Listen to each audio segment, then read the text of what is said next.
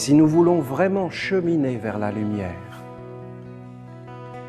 nous devons avoir l'amour les uns des autres. Et nous devons avoir l'amour de tout, le grand amour.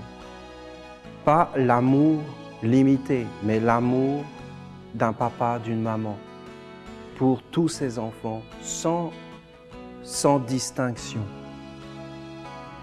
Et nous devons travailler avec les forces de l'amour. La nation essénienne doit être un organe du monde divin, une fleur, quelque chose qui apparaît sur la terre. C'est ça que nous devons faire, réellement. Nous devons faire apparaître sur la terre quelque chose qui n'existe pas. Pas quelque chose que nous connaissons ou que nous nous attendons à voir apparaître. Nous devons faire apparaître quelque chose qui n'existe pas. Et nous devons trouver notre place. C'est comme une fleur qui doit avoir un parfum, une couleur, et qui doit nourrir le monde entier. Nous devons faire une œuvre divine, pure, qui est bonne à manger, à regarder, à sentir, avec laquelle on peut vivre pour tous les êtres. Il ne doit pas y avoir d'exclusion, mais il doit y avoir une concentration.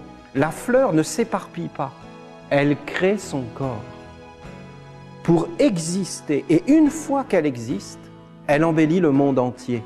Toi, tu passes et tu la vois. Et peut-être elle réjouit ta vie. Peut-être tu vas respirer. Peut-être grâce à elle, en l'accueillant, tu vas conquérir le cœur de ta dulcinée. Elle a embelli ta vie parce qu'elle s'est concentrée, parce qu'elle est apparue, parce qu'elle s'est formée un corps. Un corps. Elle a existé sur la terre.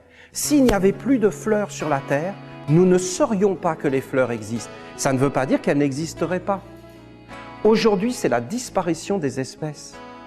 Mais bientôt, on ne saura même plus que la bonté existe, que l'amour existe. Ce sera limité. On n'aura que des visions rétrécies de la vie. On n'aura plus des visions larges qui respirent, parce qu'on se sera enfermé et on aura enfermé. Il faut nager à contre-courant aujourd'hui et créer quelque chose qui va apparaître. Or, ce n'est pas quelque chose que tu vas faire toi. Et ce n'est pas quelque chose que je vais faire moi.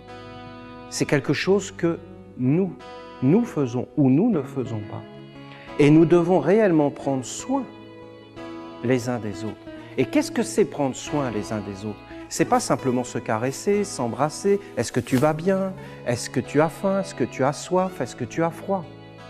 C'est d'apporter le meilleur, c'est-à-dire d'apporter cette sagesse dans une compréhension de plus en plus claire et partagée.